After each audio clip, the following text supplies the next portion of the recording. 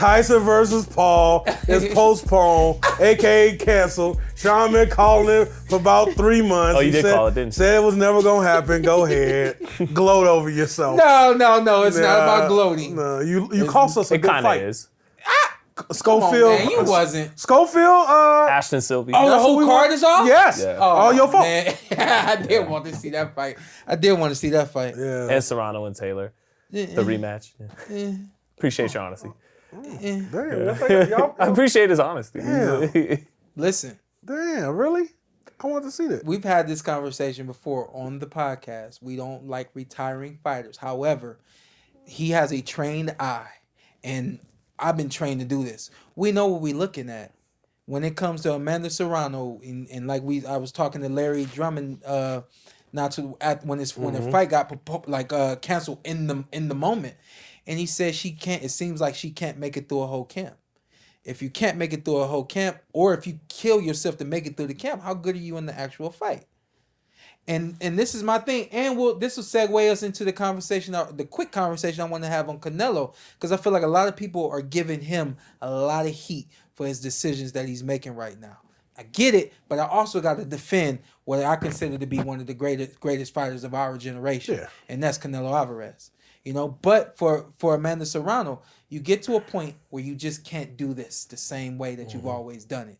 And when you can't, it's time for you to say, I've enjoyed what I do.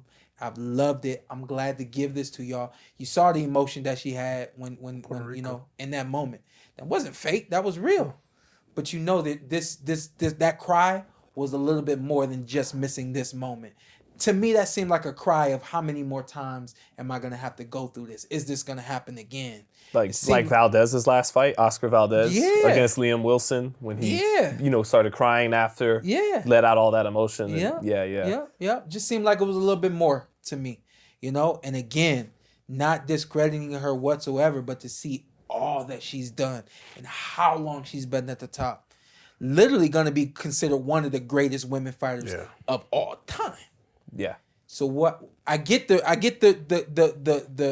run back with Katie Taylor, but I'm skeptical because of how things transpired with her last fight. Well, Katie's not a kid either. Katie took her first L in between their first fight and second fight. She won it back against Chantel Cameron, became two-division champ to make her even greater. But I think I still want to definitely see it because I think Serrano will have that sense of urgency. She knew she had her moment in the middle of the last fight and almost had her out of there. Yeah. So she's going to do whatever she can to try to make that moment happen again and then this time finish the job. And she's fighting Katie, who's getting up there too. And they're both great fighters. This would, every great fighter has one great fight in them. Maybe they have it in store for each other for when we get to part 2. Absolutely. Yeah. What about the business part of it? Like it's going to be a great check. Absolutely. They could run their own show if it really if Mike just never does wind up fighting Jake Paul because he is 57, 58 years old and that common sense wins out. Yeah. Then they could still do their own show. Yeah. In Ireland, in the Garden. Yeah. Wherever they want. Bring co-main event. Get us a rematch versus Michaela Mayer and Alicia Baumgartner. Do we have any further thoughts on Tyson and Jake being postponed? Yeah. I got big shot. No, my wife was like, "Why are you speaking negativity into that?" Thank you. Thank you. Call your wife. Thank you. Thank you. Speaking into existence. I said, I just know what I know. No, that's right. And this fight. No, talk to him, Shawn. This fight did not make sense for so many reasons. Name one. And a lot like when I was saying that Tyson Fury and Alexander Usyk fight wouldn't happen. I had no clue that Fury was gonna get cut. I just said something don't make sense. This fight's not gonna happen. We ended up getting a fantastic fight, and I'm glad that we got the fight. I think that it was perfect timing for both gentlemen. They did an absolutely dynamite job of putting on for their countries and for boxing as a whole. This right here, it just don't make sense. And I think people thought that because it was going to be on Netflix, that made it make sense. What about the phrase, if it makes dollars, it makes sense? I know, corny, but still. But it does. Y'all still. I don't want it. Like, y'all still. Do you even know the official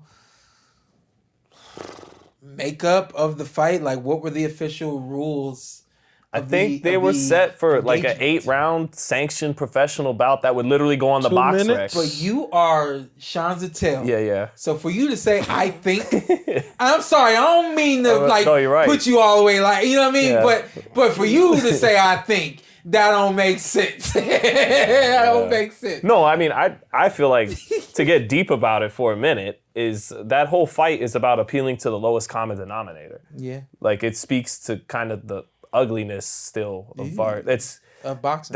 of our culture. Oh, yeah. Of our society kind of thing. Yeah. If, to be on the soapbox for a minute. Like this is like bad reality this television. is what people want to see. I know. Yeah. And I could even go another level with it. But And then it's one of those.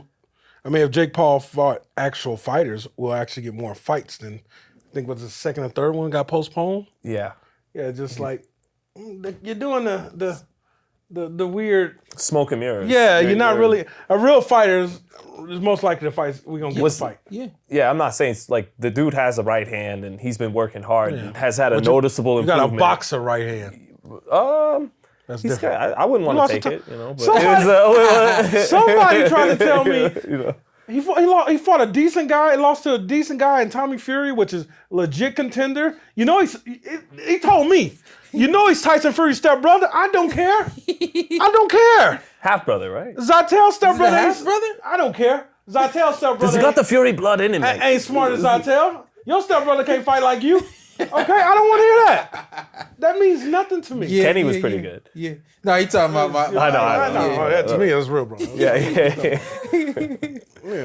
Did you have anything? Or you? No, just that. Man. What you want to do? You want to light it up? Take that to your platform. Take that to Shawn Porter on YouTube. All right, hold on. We still ain't changed the name of it.